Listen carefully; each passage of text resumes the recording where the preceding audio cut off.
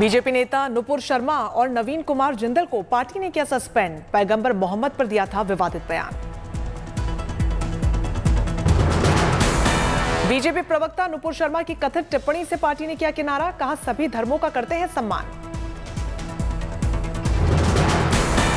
BJP party महासचिव अरुण सिंह ने एक बयान में कहा कि पार्टी किसी भी संप्रदाय या फिर धर्म का अपमान करने वाली किसी भी विचारधारा के खिलाफ है।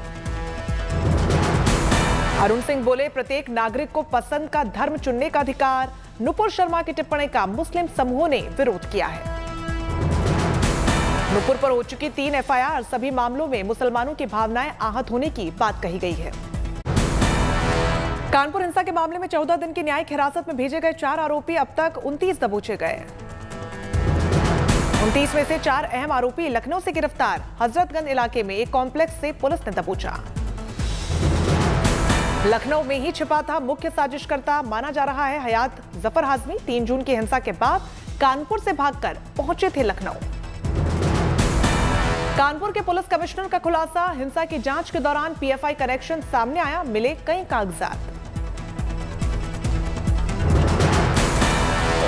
इनको ट्रैक डाउन किया गया, इनसे कोई संभावना से इनकार नहीं किया जा सकता। कुछ हमको क्लूज मिले हैं, अब एक बार स्पेशल इन्वेस्टिगेटिंग टीम पूरी जांच कर ले, उसके बाद इस पर टिप्पणी करना। कानपुर पुलिस का बड़ा दावा, मुख्य साजिशकर्ता जफर हयात के ठिकानों की तलाशी में एसडीपीआई सीएफआई से जुड़े दस्तावेज भी जब्त किए गए। 18 लोग को हमने मौके से ही गिरफ्तार किए थे और उसके बाद जो मुख्य मास्टरमाइंड था और उसके 3 साथी थे, उनको लखनऊ से गिरफ्तार किया गया। सीसीटीवी और वीडियो फुटेजेस के आधार पर उपद्रवियों की तलाश तेज कर दी गई है। पुलिस बोली 2 से 3 दिनों में सभी आरोपी होंगे गिरफ्तार। कानपुर के पुलिस कमिश्नर बोले, किसी भी सूरत में बर्दाश्त नहीं करेंगे, आरोपियों पर लगेगा गैंगस्टर, जब्त होगी संपत्ति।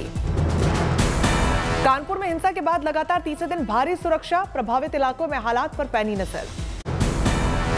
कश्मीर में आतंकी हमलों के खिलाफ दिल्ली तक गुस्सा, आम आदमी पार्टी का जंतर मंतर पर प्रदर्शन। दिल्ली के जंतर मंतर पर प्रदर्शन में शामिल हुए मुख्यमंत्री अरविंद केजरीवाल, आतंकी हमलों में मारे गए लोगों की याद में रखा 2 मिनट का मौन। दिल्ली के उप मुख्यमंत्री मनीष सिसोदिया ने साधा बीजेपी पर निशाना, कहा टारगेट किलिंग रोकने में नाकाम भारतीय जनता पार्टी। सिसोदिया ने कहा कि जब विपक्ष में थे तो कहते थे सब ठीक कर देंगे, अब जब सरकार में है तो फिर से कश्मीर को 1990 का दशक का बना दिया है।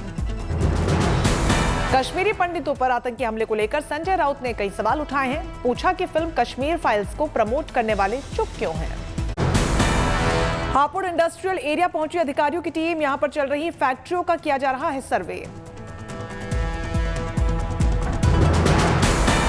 जांच टीम ये पता लगा रही है कि लाइसेंस जिस काम का है वही काम हो रहा है या फिर कोई दूसरा काम।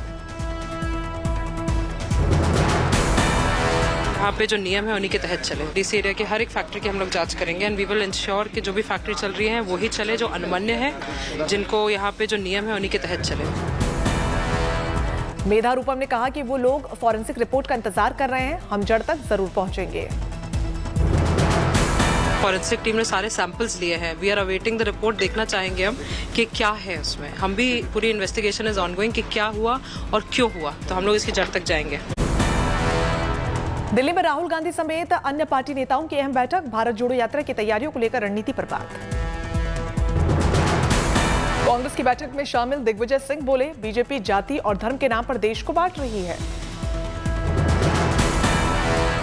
ज्ञानवापी में पूजा की जिद पर अड़े स्वामी अविमुक्तेश्वरानंद का आमरण अनशन जारी, स्वास्थ्य को लेकर शिष्य चिंतित हुए। स्वामी अविमुक्तेश्वरानंद की ओर से बयान, प्रशासन का ही कोई व्यक्ति पूजा कर दे, भोग लगा दे तो अनशन खत्म कर देंगे। सीएए एनआरसी के प्रदर्शन में अहम भूमिका निभाने वाली उजमा परवीनी लखनऊ में हाउस अरेस्ट, नुपुर शर्मा के खिलाफ प्रदर्शन करने से पहले पुलिस का एक्शन। सीएम योगी आदित्यनाथ का जन्मदिन, 50 साल के हुए योगी आदित्यनाथ, प्रधानमंत्री मोदी ने दी बधाई। राज्यसभा चुनावों के लिए राजस्थान में हलचल, नाराज माने जा रहे सभी 6 विधायकों के साथ उदयपुर के लिए रवाना हुए अशोक गहलोत। मथुरा के श्री कृष्ण जन्मस्थान मामले में वादी के वकील महेंद्र प्रताप सिंह ने लगाया हत्या की धमकी मिलने का आरोप, जामा मस्जिद मंटोला अध्यक्ष जाहिद कुरैशी पर मुकदमा। धमकी वाले ऑडियो की जांच हुई तेज। मथुरा पुलिस का बयान, आगरा में मुकदमा, अब वहां से कराया जा रहा है ट्रांसफर। रोहिंग्या और बांग्लादेशी मुस्लिमों की मानव तस्करी के मामले में एनआईए ने दाखिल की चार्जशीट, 6 लोगों पर गंभीर आरोप। विश्व पर्यावरण दिवस पर प्रधानमंत्री मोदी का संबोधन, मिट्टी बचाओ आंदोलन को बताया बेहद अहम।